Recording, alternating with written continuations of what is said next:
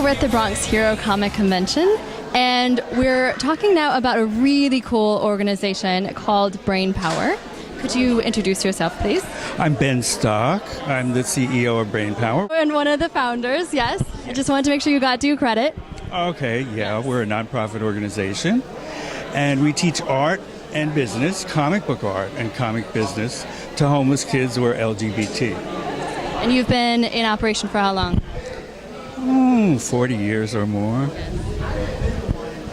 And so how has your organization evolved since you started in the 1970s? We started doing professional development for artists, one-on-one, mostly with people we knew, but we introduced them to other people we knew who were in film, publishing, show business.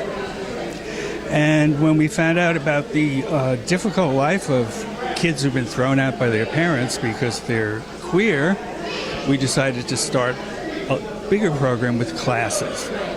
And so where are your classes held? Do you go out to the schools, or do you have a center that people come into? We have places that give us a home, community centers. Yeah. And then how do you get the word out? Like, how do you find the kids who need you?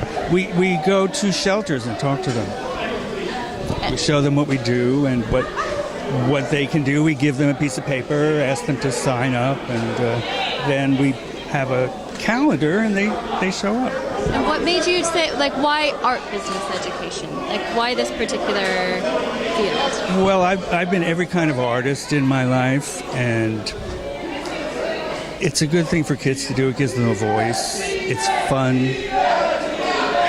So it kind of covers, like, both aspects, right? Like, on the one hand, you're giving them a means to expression, and then on the other hand, you're giving them some really marketable skills that they can potentially... Yeah, if you're homeless and somebody comes and gives you paper and crayons, you say, but I'm homeless. Right. But if you teach them how to start a business, it's a different story. Right. How many of these classes do you hold a year? Like, how often do you...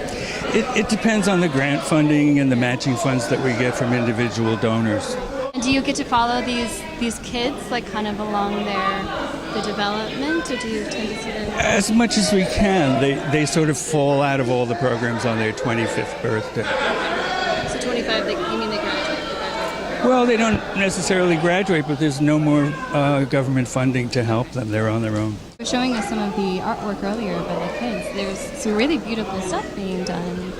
Yes, it is. This is a story called Boots, about a young man who finds a cabinet full of magical boots. Each one gives him a different special power. Love it. Where can people find out more about your organization? Do you take donations? Do we ever?